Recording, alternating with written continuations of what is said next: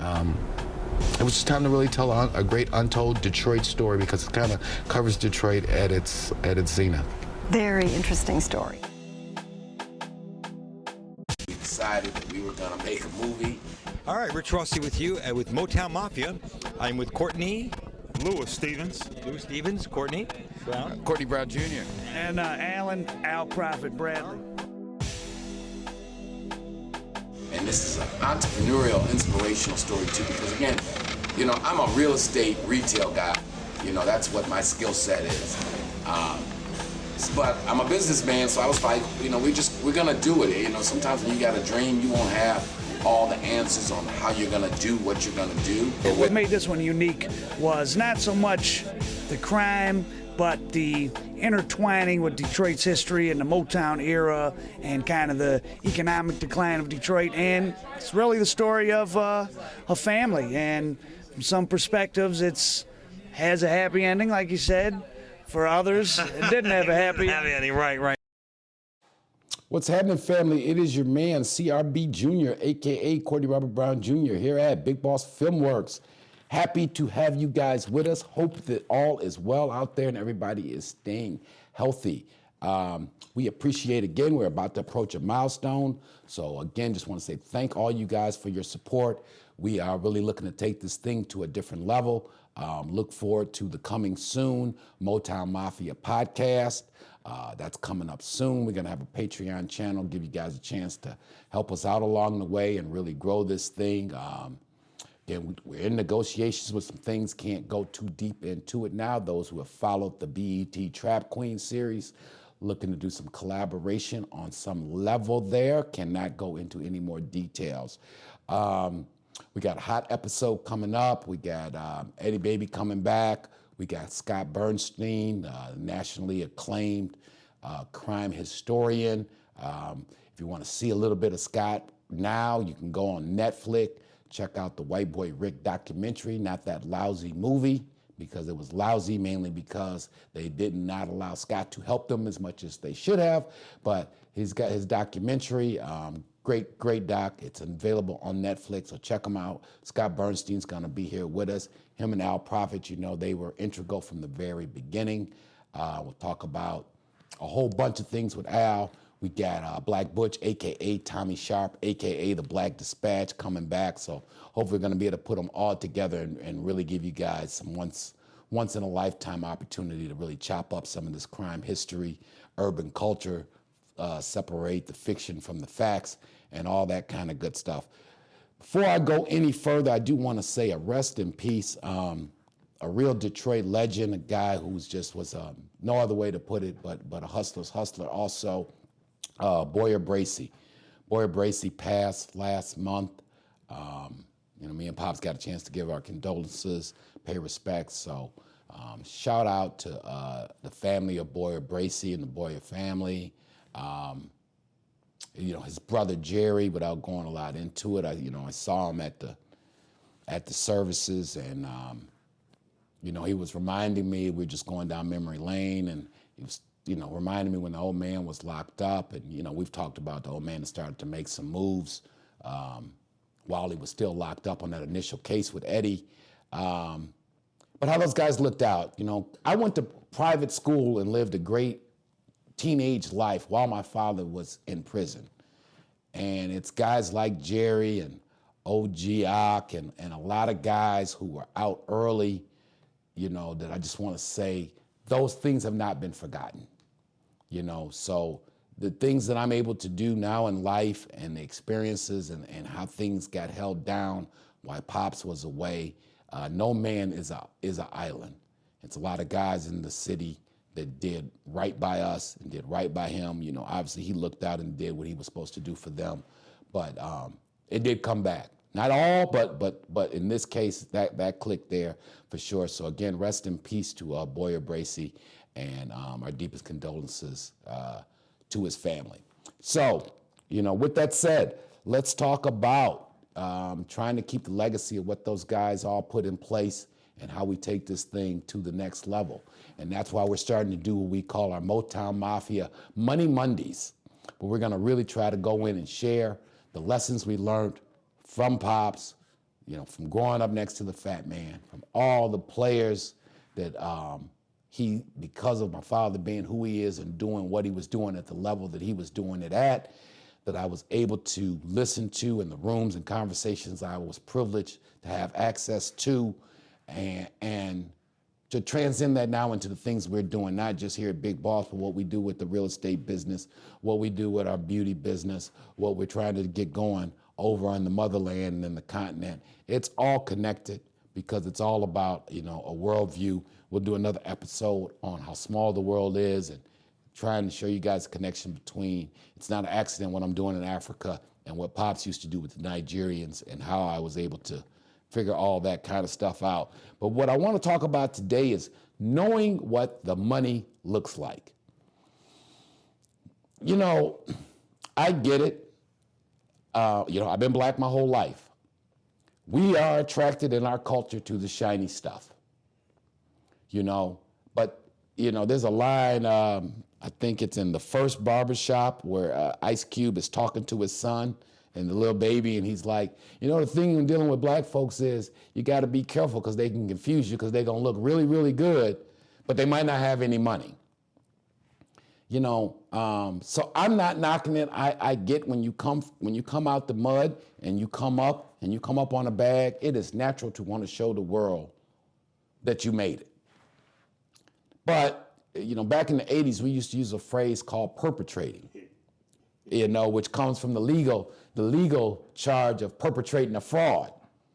And somebody who would be accused of perpetrating would be somebody wearing somebody else's jewelry, driving somebody else's car, holding somebody else's money, and they acting like it's all there. And if you don't know no better, you'd swear you talking to the man. And you talking to the boy, not the man. So, and I say all that to say, because you gotta know, fam, a lot of people who are in power and who hold the bag don't flaunt it. I mean, for those who don't know, growing up, you would catch Eddie on the right day, with all his diamonds on and his millions of dollars worth of diamonds and gold and pendants and all that. But on the average day, if you saw him, he'd be wearing overalls. I'll never forget one day, my pops, this is later in the 80s, and my pop stops by my mom's place. I don't know, I got in some trouble doing something. And anyway, he's dressed, all disheveled, shirt dirty, this, that, and the third. And my mother asks him, she's like, Courtney, why do you leave the house looking like this? You should be ashamed of yourself. And he just looks at her very calmly and he says, Teresa, I'm getting money. I ain't got time to worry about what I'm wearing. That's big fella talk. Those who already know I'm getting plenty bread. What do it matter what outfit I got on? And then running around doing the things I'm doing, all I'm gonna do is make myself stand out if every time I'm dressed like I'm going to the BET Awards. There's a time and a place for that. There's a good book called The Millionaire Next Door. And I don't know if you guys are familiar with it, but they break down a lot of unknown secrets about millionaires. Like, millionaires don't buy new cars, right? There's a little story in there about a guy, two business guys, they had a real good year in business, and one partner bought the other partner a Rolls Royce. And the partner who got the gift, the Rolls Royce as the gift, in the book, he's talking about how bad he felt because he knew as soon as he saw it, he was gonna have to tell his partner, you gotta take that back. Because he was in the construction business, right? And he was like, what am I gonna do with a Rolls Royce? I can't drive it to the construction site. If my employees see me with a Rolls Royce, all they're gonna start to do is think that I'm exploiting them or underpaying them. But there's a lot to it. I mean, if you're in entertainment, if you're a rapper or certain different things, then flossing and all that, that's part of the image. And that makes sense. But a lot of times, flashing and showing off your money create more problems than it solves. And it just ain't good for business. It's just not good for business. And I know that's kind of counterintuitive tour, but if you get money, you're supposed to show it all the time. But that ain't really true. And I got 2 examples on that, right? So when I was young, or not young, and maybe my college days, there's a gentleman, God rest his soul, by the name of Fat Frank. Fat Frank started off working with my father and Eddie back in the 70s. Shout out to the Nelson family, Greg and Rose Nelson. Those from Detroit will know them from the projects. They were getting money. One of the first people that Eddie put down back in the day in the projects, Greg and Rose Nelson. Fat Frank ended up working with them. So Fat Frank had been dealing with the old man forever.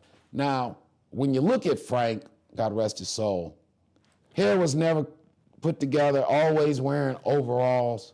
But everybody that knew him knew that this man had a $10,000 to $20,000 a day shop down in the projects. So the first time my father introduces me to him, he actually tells me, because Pops was going out to Cali to do something, and he says, look, I just need you to deal with one person while I'm gone. Because, Pop really never wanted me that directly involved in that part of the business, but this particular weekend I needed to be. So he's like, this guy, Fat Frank. And when he comes, you treat him right and you treat him with respect, boy, because he the reason why we able to do a lot of what we able to do. He the one who run our show. Now, he don't look like much, but he's $1 million nigga. So, and when I did see him, I was like, this guy is doing all of this. He don't look like it, but that's the way he chose to live his life. But again, you cannot judge a book by the cover. And, as life would go on, Frank would end up looking out for me, a whole lot, and always stayed loyal to the family. And again, though, the average guy looking at him, or some of the kids who thought they was handling a bag or thought they was doing something, he was making an ass of them when it came to moving that bag and collecting money. But if you don't know, you don't know. And if you just judge him by his look, you would have treated him like he was a homeless man. And he would have been a man who could buy and sell you 10 or 20 times. Game does recognize game. Shout out to a business associate of mine down in Atlanta, Zachariah Binder International. When I first met him, he was driving a white pickup van, or white cargo van, loaded with merchandise. I'll be honest, my first thought was, I don't need, I'm plugged in with the Lebanese clothing cartel. I don't need to be doing business with some guy riding around in a cargo van. Well, but when I was listening to him and he started talking about how he'd been to China and this, that, and the third, I was like, it's more to this guy than just this cargo van. I cannot judge this man by what he's driving, because there's probably a story to it. Well, of course, it was the man that owned a chain of dollar stores. He had done it, all kind of international business. We ended up building a relationship, going to China together. He supplied me and gave me lines of credit all through my run with the stores in Atlanta. So it was one of those things. Shout out to you, Brother Zach. We got some things going together. Hopefully we catch up to each other in the Dominican Republic next month. But don't judge a book by the cover.